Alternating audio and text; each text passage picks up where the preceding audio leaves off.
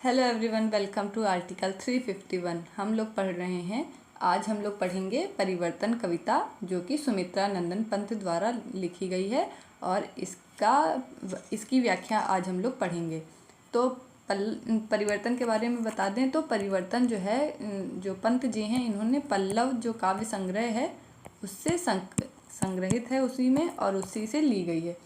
तो परिवर्तन में क्या है कि इन्होंने विभिन्न उदाहरणों से जो जीवन का शाश्वत सत्य है उसका उद्घाटन किया है कि कोई भी चीज़ स्थायी नहीं होती है। जैसे कि हम रोज़ कुछ ना कुछ हमारे जीवन में परिवर्तन होता रहता है। जैसे कोई बच्चा पैदा हुआ है, फिर बड़ा होगा धीरे धीरे, फिर जवान होगा और अंत में उसकी मृत्यु हो जाती है बूढ़ा होके।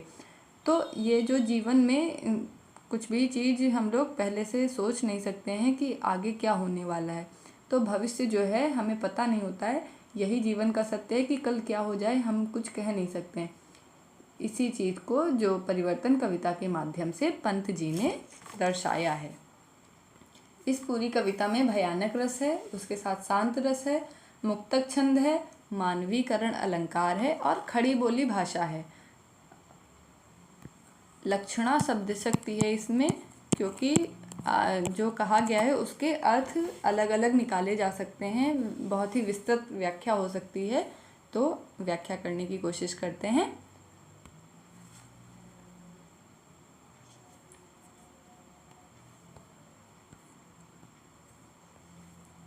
कहाँ आज वह पूर्ण पुरातन वह सुवर्ण का काल, भूतियों का दिगंत छवि जाल, ज्योति चुंबित जगती का भाल।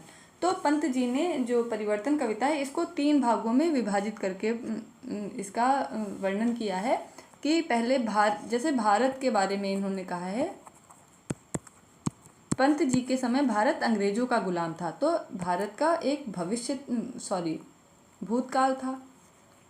भूतकाल देखिए 3 काल होते हैं ना, भूतकाल, वर्तमान काल और भविष्य काल। तो अंग्रेजों का गुलाम है वो भारत का वर्तमान था। उससे पहले जैसे सम्राट अशोक का है, गुप्त काल है। तो भारत का बहुत अच्छा जो भूतकाल था, यानी कि अतीत भारत का एकदम गौरवमयी था और सोने की चिड़िया कही जाती थी, और अंग्रेजों ने लूट लूट के इसको गरीब कर दिया। तो वो वर्तमान काल हो गया। उसके बाद भारत का एक भविष्य आएगा जो स्वतंत्रता के बाद जैसे शुरू हुआ, भारत ने बहुत ही उन्नति प्राप्त की। तो इन तीनों चीज़ों का इसमें वर्णन किया गया है। तो वही यहाँ पे बात कही है, जो भारत का भूतकाल था उसकी बात की गई है कि कहाँ आज वह पूर्ण पुरातन वह सुवर्ण का काल। यानी कि पूर्ण पुरातन का मतलब होता है जो प्राचीन या पुराना था वो, और सुवर्ण यानी कि सोने का काल। आज वो जो भारत का पुराना सोने का काल था वो कहाँ चला गया। मतलब कि भारत को सोने की चिड़िया कहा जाता था, स्वर्णिम भूतकाल था, स्वर्णिम अतीत था, वो आज कहाँ है। भूतियों का मतलब होता है ऐश्वर्य वैभव, यानी कि जो खजाना है, धन संपदा है वो। दिगंत यानी कि संपूर्ण, दिगंत में है व्यंजन संधि, दिक प्लस अंत, दिगंत। छविजाल यानी कि वो सौंदर्य और ऐश्वर्य से भरा हुआ, जो छविजाल का मतलब है सौंदर्य, वो भारत की जो खजाने से और सोने चांदी और ऐश्वर्य से भरा हुआ जो सौंदर्य था वो कहाँ चला गया है। ज्योति चुंबित जगती का भाल, ज्योति यानी कि ज्ञान का जो प्रकाश था उससे प्रकाशित, चुंबित यानी कि प्रकाशित जो धरती का मस्तक था या मस्तिष्क था। जो हमारे जितने भी पुराने विद्वान हैं प्राचीन काल के, आर्यभट्ट देखें और भी जैसे सुश्रुत थे, ये सब जो प्राचीन काल में हमारे ऋषि मुनि थे, इन्होंने कितनी अच्छी अच्छी बातें कही, और पंचतंत्र लिखा विष्णु शर्मा ने। तो इस तरीके से एक हमारे विद्वान थे देश में, और वो सब कहाँ चले गए आज। तो एकदम मतलब जो उसकी जो भारत का वर्तमान काल था, जैसी देश की दशा थी, उसकी तुलना कर रहे हैं पुराने काल से। कि पहले हमारे देश सोने की चिड़िया था, उसमें बहुत सारी धन संपदा थी, ऐश्वर्य था, और बहुत विद्वान ज्ञानी लोग थे। जैसे कि देखिए चाणक्य को देख लीजिए, तक्षशिला विश्वविद्यालय था, विक्रमशिला विश्वविद्यालय था। तो इस तरीके से भारत का एकदम स्वर्णिम जो अतीत था, और आज क्या है एकदम बदल गया है। तो उसकी तुलना यहाँ पे कर रहे हैं पंत जी। फिर कह रहे हैं, राशि राशि विकसित वसुधा का वह यौवन से विस्तार, स्वर्ण की सुषमा का जब साभार धरा पर करती थी अभिसार, प्रसूनों के शाश्वत श्रृंगार, स्वर्ण भृंगों के गंध विहार, गूंज उठते थे बारंबार। तो राशि राशि यानी कि बहुत सारे, विकसित यानी कि विकसित हुए, वसुधा धरती पर क्या था, प्राकृत यौवन विस्तार यानी कि जो धरती थी उसमें जगह जगह एकदम प्राकृतिक सुंदरता पूरे में फैली हुई थी। मतलब आज की तरह प्रदूषण नहीं था, एकदम सुख संपदा थी, जो धन वैभव था वो था, और प्राकृतिक सुंदरता भी थी, मतलब पेड़ पौधे वगैरह, फूल सुंदर सुंदर। तो वसुधा जो थी वो प्राकृतिक सुंदरता से एकदम परिपूर्ण थी, और वो ऐसा लगता था स्वर्ग की सुषमा सा साभार। साभार में है सा प्लस आभार, यानी कि आभार के साथ में वो सुंदरता ऐसी थी जैसे स्वर्ग की हो। धरा पर करती थी अभिसार, अभिसार का मतलब होता है मिलन, यानी कि जो स्वर्ग की जो सुंदरता थी वो लगता था कि धरती पर आके मिल रही हो, यानी कि धरती जो थी उस समय स्वर्ग के समान थी। प्रसूनों के शाश्वत श्रृंगार, स्वर्ण भृंगों के गंध विहार। प्रसून यानी कि जो नया नया या अधकिला फूल होता है ना, कली से एकदम फूल बन रहा है तो नया नया फूल है, उससे एकदम शाश्वत श्रृंगार करती थी, और उसके चारों ओर क्या थे, जो नए अधकिले फूल होते थे उनके चारों ओर स्वर्ण भृंग यानी कि सोने के भंवरे जो थे वो गंध विहार करते थे। जो मतलब कि हमारे देश में सोने के भंवरे जैसे थे और वो गूंज उठते थे बारंबार। जब प्राकृतिक सुंदरता इतनी सारी थी उसमें सोने के जैसे भंवरे पूरे में भिनभिनाते थे और वही गूंजा करते थे। सृष्टि के प्रथमोद्गार नग्न सुंदरता थी सुकुमार, रिद्धि और सिद्धि अपार। रिद्धि और सिद्धि यानी कि बुद्धि भी थी और सुख संपदा भी थी, यानी कि पैसा भी था और बुद्धिमानी भी थी। इतनी मतलब जब सृष्टि का शुरुआत हुई थी तभी हमारे देश में इतना रिद्धि और सिद्धि दोनों थी। जब लोग मतलब इतना विकसित भी नहीं हुए थे तब हमारा देश एकदम परिपूर्ण था अपनी तरीके से। आपने हड़प्पा सभ्यता के बारे में सुना होगा। हड़प्पा सभ्यता सबसे ज़्यादा विकसित थी। उसके घर जो हैं उस समय भी 2-3 मंजिल के घर होते थे। सड़कें एकदम समकोण पे काटती हुई सड़कें होती थी, और मतलब नालियाँ जो वहाँ पे होती थी वो भी ईंट पत्थरों से ढकी हुई होती थी। तो शहरी सभ्यता उस समय, आज से 5000 साल पहले हड़प्पा सभ्यता थी, जब लोग जानते नहीं थे उस समय। तो यही कह रहे हैं कि जब सृष्टि की शुरुआत हुई थी उस समय भी हमारे देश में रिद्धि और सिद्धि एकदम अपार थी। ऐ विश्व का स्वर्ण स्वप्न, संस्कृति का प्रथम प्रभात, कहाँ वह सत्य वेद विख्यात। यानी कि विश्व के स्वर्ण स्वप्न, जो विश्व का सोने का स्वप्न जैसा, संस्कृति यानी कि संसार का पहला प्रभात, यानी कि जो जब दुनिया शुरू हुई थी लोगों को कुछ पता नहीं था बाकी दुनिया को। उस समय भी हम लोग इतने वैज्ञानिक सोच के धनी थे, इतना मतलब अतुलनीय हमारा वैभव था। और हमारे ही देश का मतलब जैसे सवेरा शुरू होता है तो हम ज्ञान का प्रकाश जो है हमारे ही देश से बाहर की ओर निकला, और वेदों की भी जो शुरुआत हुई हमारे देश से हुई थी। तो ये सब, और वही बात आज यहाँ कह रहे हैं, दुरित दुख दैन्य न थे जब ज्ञात, अपरिचित जरा मरण ध्रुपात। यानी कि उस समय जब भारत का अतीत इतना, तब वेदों का ज्ञान होता था और हमारे देश में एकदम धन वैभव ऐश्वर्य था, तब क्या था, दुरित यानी कि पाप, दुख यानी कि दुख, दैन्य यानी कि दीनता। तो पाप, दुख और दैन्यता नहीं थी। यानी कि जो जैसे राम राज्य होता है ना, राम राज्य का मतलब है कि कोई दुखी नहीं होता है, ना कोई चोरी होती है, ना कुछ पाप किया जाता है, ना कोई अपराध होता है, सब एक दूसरे से प्रेम करते हैं, खुश रहते हैं। तो वैसा ही हमारा देश था, ना कोई पाप करता था, ना कोई दुखी था, ना कोई परेशान था।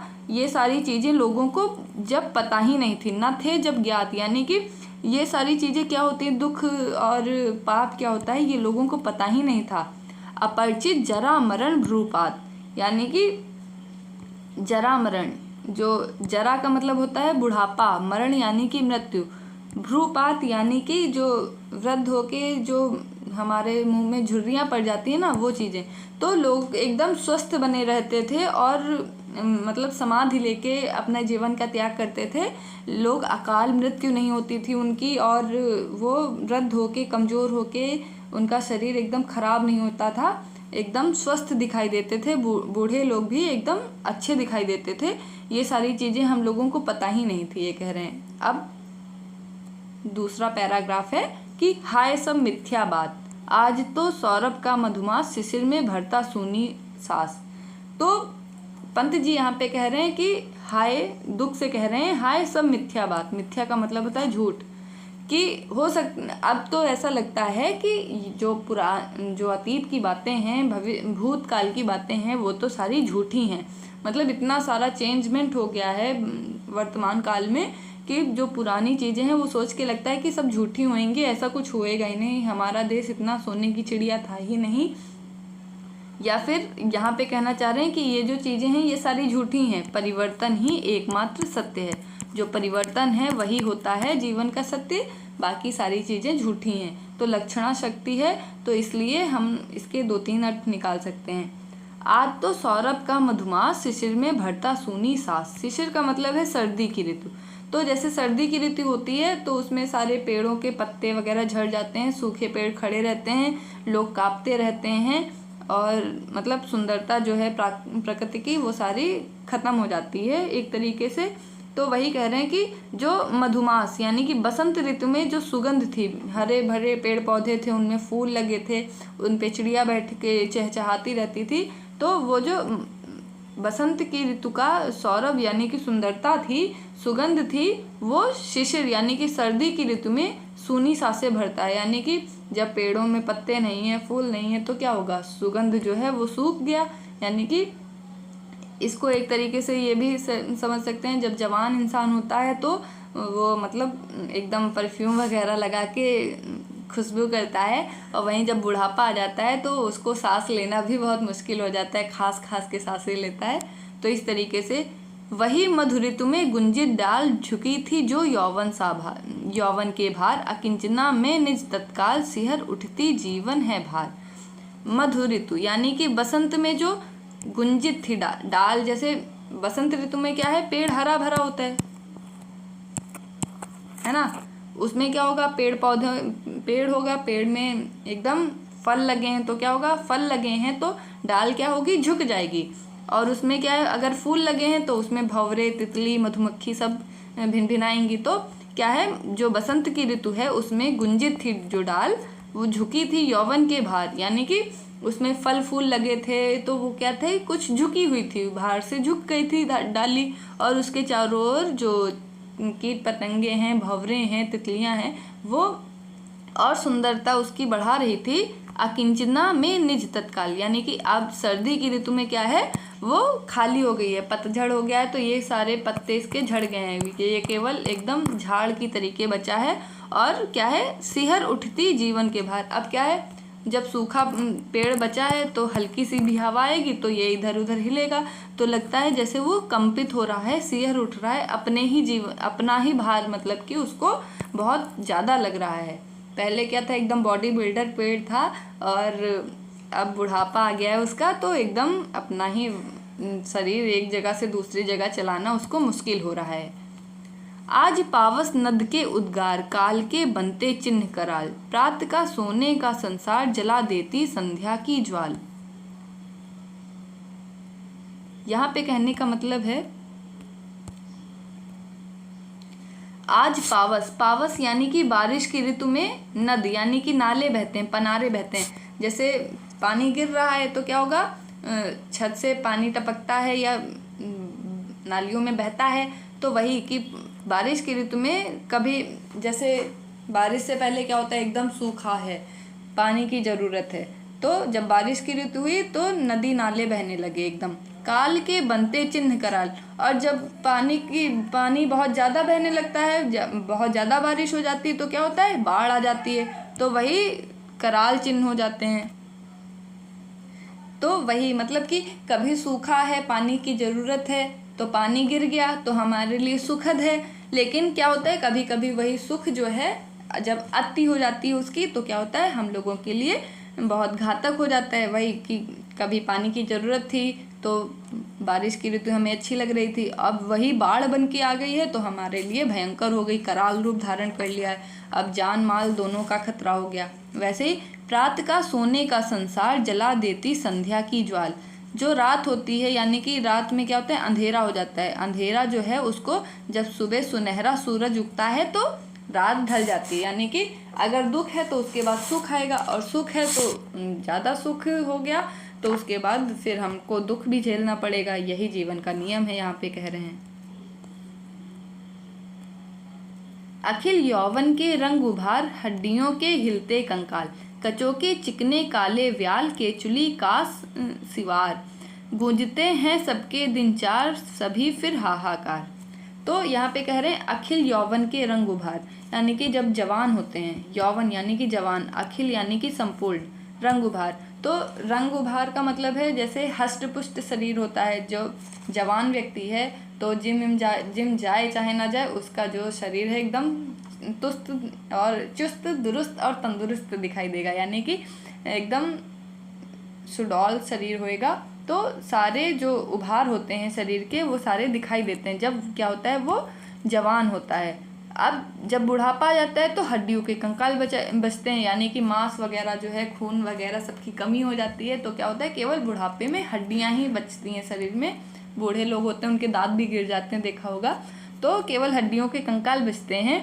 कचों के चिकने काले व्याल, कच यानी कि जो बाल हैं या जुल्फे हैं, वो आज जो शैम्पू कंडीशनर लगा के एकदम चिकनी चिकनी सी सिल्की बाल हैं, काले काले जो बाल हैं यानी कि सांप के समान सुंदर दिखाई दे रहे हैं। केचुली का सिवार, जब बुढ़ापा आ जाता है तो जैसे सांप केचुली उतार देता है और केचुली बदसूरत दिखाई देती है, वैसे ही केचुली के समान वो सफ़ेद और मतलब बेकार से रफ टाइप के दिखाई देने लगते हैं। तो यहाँ पे जो सुमित्रा नंदन पंत हैं, इसको जवान और बुढ़ापा यानी कि जवानी और बुढ़ापे को जो परिवर्तन होता है उसको बता रहे हैं कि जब इंसान जवान होता है तो उसके शरीर के एकदम सारे अंग सुडौल होते हैं, हष्ट पुष्ट शरीर दिखाई देता है, सुंदरता दिखाई देती है, और वहीं बुढ़ापा आ जाता है तो केवल हड्डियों का कंकाल दिखाई देता है, जो सुंदरता होती है वो सारी चली जाती है।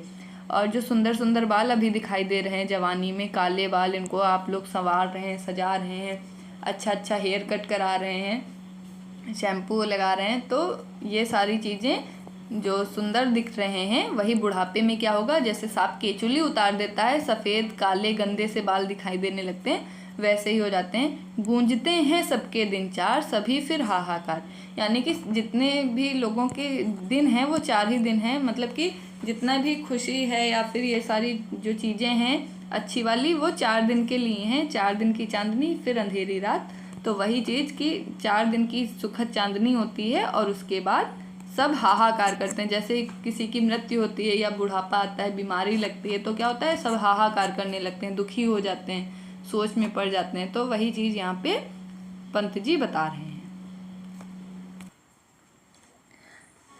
आज बचपन का कोमल गात, जरा का पीला पात, 4 दिन सुखद चांदनी रात और फिर अंधकार अज्ञात, यानी कि आज जो बचपन में कोमल गात यानी कि शरीर, जो बचपन में कोमल सुंदर सा शरीर है, जरा का पीला पात, जरा यानी कि बुढ़ापे में क्या होगा, पीले रंग का एकदम शरीर हो जाएगा, यानी कि जो आज सुंदर कोमल शरीर है बचपन में, छोटा सा प्यारा सा बच्चा दिखाई देता है, वही बुढ़ापे में क्या होता है, एकदम पीला जर्जर हालत में हो जाता है और गंदा सा दिखाई देने लगता है। तो 4 दिन की सुखद चांदनी है, यानी कि जो भी अच्छे दिन होते हैं कुछ ही समय के लिए होते हैं, उसके बाद क्या होता है, अज्ञात अंधकार होता है। तो मतलब कि अच्छे दिन जो होते हैं कुछ ही दिन के लिए हमको लगते हैं, और हमको जो ख़राब दिन होते हैं यानी कि दुख भरे दिन होते हैं वो लगता है कि हमेशा के लिए ही बने रहते हैं, ऐसा कह रहे हैं। या जो ऐसे भी हम लोग समझ सकते हैं कि जो अच्छी चीज़ें होती हैं वो हमको लगता है कि थोड़ी समय के लिए हैं, और जब दुख आता है तो लगता है ये ख़त्म ही नहीं हो रहा है और बहुत समय से हम दुखी ही हैं, ऐसा लगने लगता है। तो अच्छी चीज़ें हमको लगता है कि क्षणिक हैं, और जो ख़राब चीज़ें हमें पसंद नहीं आती हैं वो लगता है कि बहुत ही लंबे समय से हम दुखी ही हैं, या ये जो विपरीत परिस्थिति है ये ख़त्म ही नहीं हो रही है, तो उसमें हम लोग हार मान जाते हैं। तो ऐसा नहीं करना चाहिए, क्योंकि परिवर्तन है, सुख है तो दुख आएगा, दुख है तो सुख आएगा। सिसिरसा झर नैनों का नीर, झुलस देता गालों के फूल। सिसिरसा यानी कि जैसे सर्दी का मौसम होता है, अब सा आ गया है तो यहाँ पे उपमा अलंकार है। तो सर्दी की ऋतु में क्या होता है, जैसे ओस टपकती है वैसे ही हमारी आँखों का जो पानी है वैसे ही लगता है जैसे सारा आँखों से पानी निकल गया है, और हमारे जो कोमल गाल हैं उनको क्या करता है, झुलसा देता है। पानी जब ज़्यादा एक जगह से निकलने लगता है तो क्या होता है कि वो पानी भी हम लोगों के लिए विपरीत हो जाता है। तो वैसे ही जैसे ओस टपकती है वैसे ही हमारी आँखों का पानी भी सूख जाता है, और हमारे जो सुंदर गाल होते हैं उनको झुलसा देता है। प्रणय का चुंबन छोड़ अधीर, अधर जाते अधरों को भूल। यानी कि प्रणय यानी कि प्रेम का जो चुंबन होता है, जो हम लोग जवानी के दिन में एक दूसरे से प्रेम करते हैं, वही बुढ़ापे में क्या होता है, ये सारी चीज़ें भूल जाते हैं हम लोग, और जो प्रेम भरे दिन होते हैं उनको भूल जाते हैं। क्योंकि सुंदरता जो है क्षणिक होती है, इसीलिए कहा जाता है कि सुंदर शरीर से ज़्यादा सुंदर मन को देखना चाहिए, क्योंकि जो शरीर है या जो सुंदरता है वो थोड़ी देर में ढल ही जाएगी।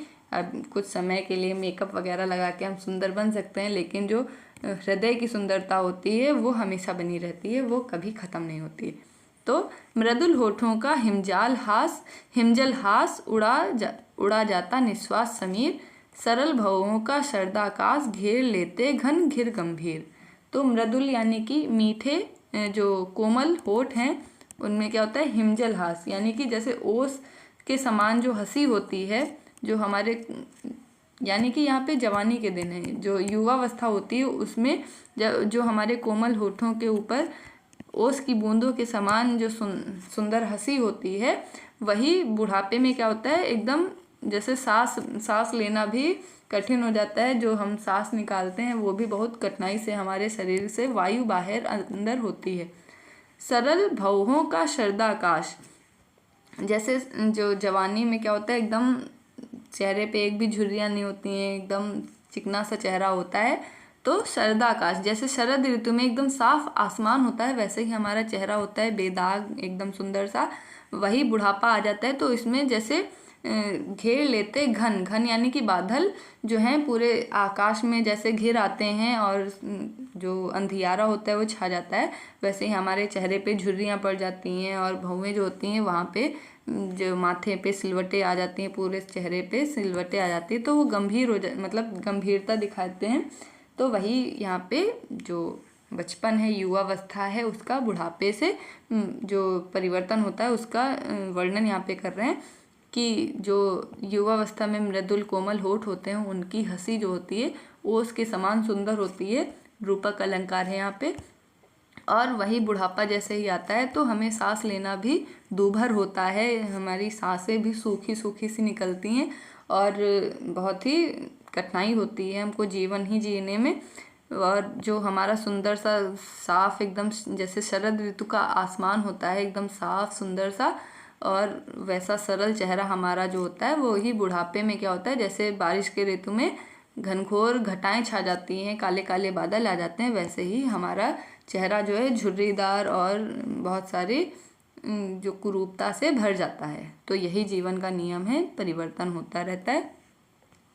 शून्य सांसों का विधुर वियोग, छुड़ाता अधर मधुर संयोग, मिलन के पल केवल दो चार, विरह के कल्प अपार।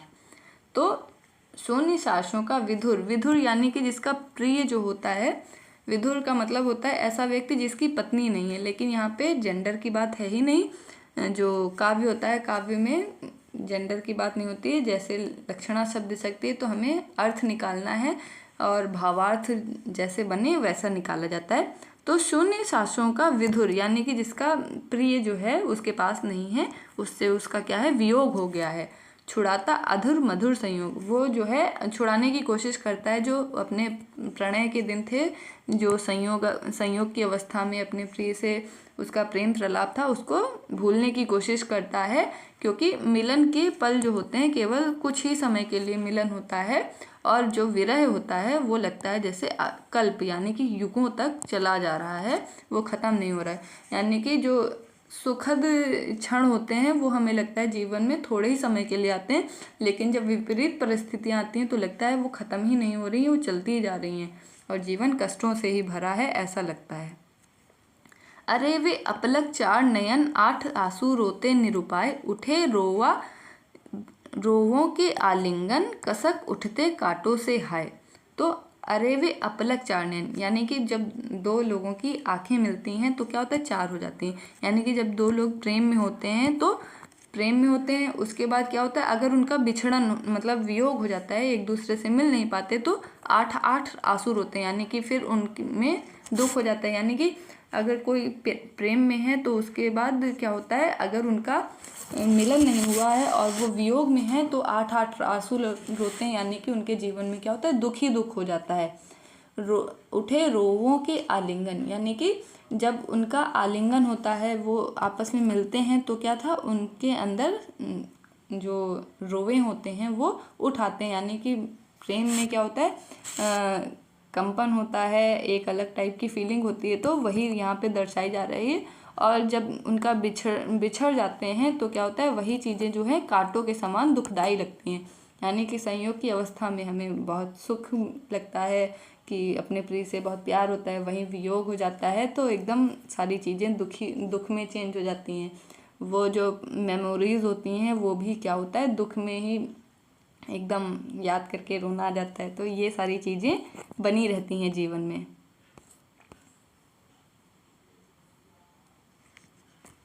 फिर नेक्स्ट है, किसी को सोने के सुख साज, मिल गया यदि ऋण भी कुछ आज, चुका लेता दुख कल ही ब्याज, काल को नहीं किसी की लाज। यानी कि अगर किसी को सोने का यानी कि सुख का संसार मिला है, धन ऐश्वर्य मिला है, तो मिल गया यदि ऋण भी कुछ आज, यानी कि आज किसी ने अगर कुछ ऋण मिल गया है, किसी को कुछ उधार मिला है, तो उसको चुका देता दुख कल ही ब्याज। यानी कि यहाँ पे कहने का मतलब है, अगर किसी को कुछ ऋण मिला है तो उसको सूद समेत वापस करना पड़ेगा, ब्याज के साथ में वापस करना पड़ेगा। अगर किसी को आज सुखद दिन मिल रहे हैं तो उनको दुख के साथ में बहुत ज़्यादा उतने ही बराबर दुख भी मिलेगा और उसको ब्याज के साथ में लौटाना पड़ेगा। काल को नहीं किसी की लाज, यानी कि जो समय होता है इसको किसी की लाज नहीं है। जैसे हम लोग दोस्त वगैरह से उधार लेते हैं तो दोस्त जो होता है वो शर्मा जाता है कि ठीक है रहने दो, नहीं मांगता है पैसे, लेकिन जो समय है इसको किसी की से शर्म नहीं है। अगर इसने किसी को उधार कुछ दिया है तो उसको सूद समेत वापस लेगा, यानी कि जैसा किया है वैसा वापस मिलेगा। जो कर्म होते हैं ना, कर्म का कॉन्सेप्ट यहाँ पे लगता है। तो अगर किसी को कुछ मिला है तो उसको ब्याज समेत वापस करना पड़ेगा। यहाँ पे ये है कि किसी को अगर सोने के सुख साज मिले हैं आज, तो उसको कल इस ऋण को उसे आज नहीं तो कल जो है चुकाना पड़ेगा, वो भी ब्याज के साथ में। क्योंकि काल जो है, समय है, उसको किसी से शर्म नहीं है, किसी से लाज नहीं है। वो जो दुख है, सुख को दुख से वसूल लेगा। विपुल मणि रत्नों का छविजाल, इंद्रधनु की सी छटा विशाल, विभव की विद्युत जाल, चमक छिप जाती है तत्काल। सी आ गया है, इंद्रधनु सी छटा विशाल, तो उपमा अलंकार है यहाँ पे। तो यहाँ पे विपुल यानी कि विशाल मणियों और मणि और रत्नों का जो छविजाल यानी कि सुंदरता है, इंद्रधनुष की सी समान जो छटाएं हैं, सुंदरता है, और वो ऐसी है जैसे ये सारी चीज़ें क्या है, क्षणिक हैं। विभव की विद्युत ज्वाल यानी कि जैसे बादलों में बिजली की किरणें चमकती हैं और तुरंत लुक छुप जाती हैं, चमक छिप जाती हैं तत्काल। यानी कि जैसे घनघोर बादलों के बीच में बिजली कड़कती है और सुंदर लगता है, लेकिन वो तुरंत ही विलुप्त हो जाती है। वैसे ही विशाल मणि रत्नों का जो सौंदर्य है, इंद्रधनुष है, ये क्या है, सब क्षणिक होते हैं, थोड़ी देर में दिखेंगे, उसके बाद वो विलुप्त हो जाएंगे। वैसे ही जीवन में सुख है, थोड़ी देर के लिए दिखेगा, उसके बाद विलुप्त हो जाएगा। तो जो भी चीज़ें हैं वो परिवर्तित होती रहती हैं। मोतियों जड़ित ओस की डार, हिला जाता चुपचाप बयार। जैसे पेड़ की डाल पे क्या होता है, ओस के समान मोती रूपी ओस जो है, सर्दी की ऋतु में देखा होगा ओस टपकती है, तो पेड़ की डाल पे है लेकिन हल्की सी हवा चलती है और वो सारे छुप जाते हैं, या जैसे ही धूप निकलती ओस विलुप्त हो जाती है, वैसे ही जीवन में सुख है, थोड़ी देर आएगा उसके बाद विलुप्त हो जाएगा, आपको पता नहीं चलेगा कहाँ चला गया। या सुखद जो समय है वो भी थोड़ी देर के लिए लगेगा, जैसे आप अपने दोस्त के साथ बैठे हैं, थोड़ी देर सुखी हैं, उसके बाद लगेगा कि बहुत ही कम समय था, वो तो वापस हो गया। खोलता इधर जन्म लोचन, मूंदती उधर मृत्यु क्षण क्षण, यानी कि एक ओर किसी का जन्म होता है और दूसरी ओर किसी की मृत्यु होती है। खोलता इधर जन्म लोचन, इधर कोई नेत्र खोलता है यानी कि जन्म लेता है, और दूसरी ओर कोई क्षण क्षण में मृत्यु के पास में पहुंचता रहता है। अभी उत्सव और हास उल्लास, अभी अवसाद अश्रुश्वास, अभी जिसका जन्म हुआ है उसके घर में क्या है, उत्सव होएंगे, बहुत सारे कार्यक्रम होंगे, छठी हो गया, बरहों हो गया, जन्म दिवस हो गया, तो उसकी पार्टियां चलती हैं, पार्टी होंगी और सुखद हास उल्लास होएगा, नाच गाना होएगा, सगुन गीत गाए जाएंगे। और वहीं पे क्या होगा, दूसरी ओर जिसके घर में बीमारी है, मृत्यु आने वाली है, कोई बूढ़ा है, उधर क्या होगा, अवसाद यानी कि दुख होएगा, अश्रु होंगे, और उच्छ्वास यानी कि जो दुख में क्या होता है, रोना धोना होता है तो लंबी लंबी सांसें निकलती हैं। तो वैसे ही जिसके घर में मृत्यु होने वाली है उसके घर में दुख, चिंता, ये सारी चीज़ें होती हैं। अचिरता देख जगत की आप, शून्य भरता समीर निश्वास, डालता पातों पर चुपचाप उसके आंसू नीलाकाश, सिसक उठता समुद्र का मन, सिहर उठते उडगन। यानी कि अचिरता, अचिरता का मतलब चिर यानी कि जो हमेशा रहे, और अचिर यानी कि जो क्षणिक हो, यानी कि अचिरता जो क्षणिक है यानी कि थोड़ी देर बाद खत्म हो जाएगा।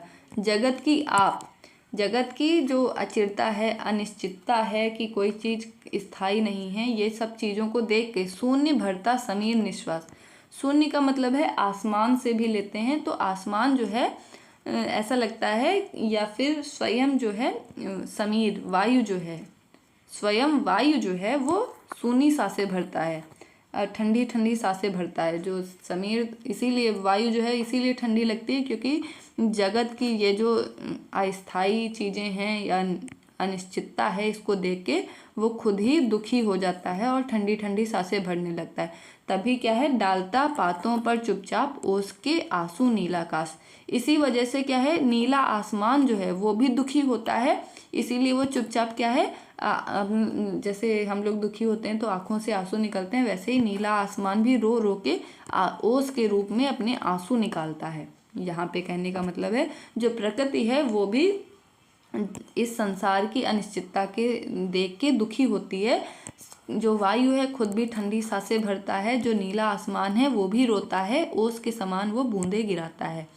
सिसक उठता समुद्र का मन, सिहर उठते उडगन, और जो समुद्र है इसीलिए उसमें लहरें उत्पन्न होती हैं क्योंकि वो भी सिसकता है, वो भी रोता है, उसका मन भी रोता है। और जो उडगन है यानी कि तारे हैं, ग्रह हैं, ये भी क्या है, सिहर उठते हैं, ये भी कंपित होते हैं, इसीलिए ये टूटते हुए तारे गिरते हैं, और ये चीज़ें यहाँ पे वर्णित हैं। यहाँ पे रूपक अलंकार है।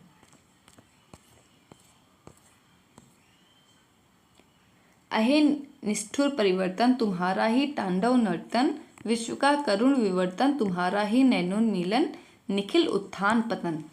यानी कि अब पंत जी हैं वो परिवर्तन से कह रहे हैं, हे निष्ठुर परिवर्तन, यानी कि जो जिसको किसी से प्रेम नहीं है, किसी से निष्ठुर है, एकदम कोई फीलिंग नहीं है, ऐसा परिवर्तन जो है तुम्हारा ही तांडव नृत्यन है। तांडव नृत्य होता है जैसे कि जब शंकर जी बहुत क्रोधित होते हैं तब तांडव करते हैं, वैसे परिवर्तन जो है वो क्रोधित होकर तांडव नृत्य कर रहा है, ऐसा जो है पंत जी कह रहे हैं कि जो भी यहाँ पे क्रोध की बातें हैं, दुख की बातें हैं, वो तुम्हारा ही तांडव नृत्य है, कि जब तुम तांडव नृत्य करते हो तो विश्व का करुण विवर्तन होता है, यानी कि विश्व में दुख हो जाता है और सारी चीज़ें जो हैं नष्ट हो जाती हैं। तुम्हारा ही नयनोन्मीलन, नयनोन्मीलन का मतलब होता है आंखें खोलना और बंद करना, यानी कि तुम्हारी ही वजह से सब आंखें खोलते हैं और बंद करते हैं।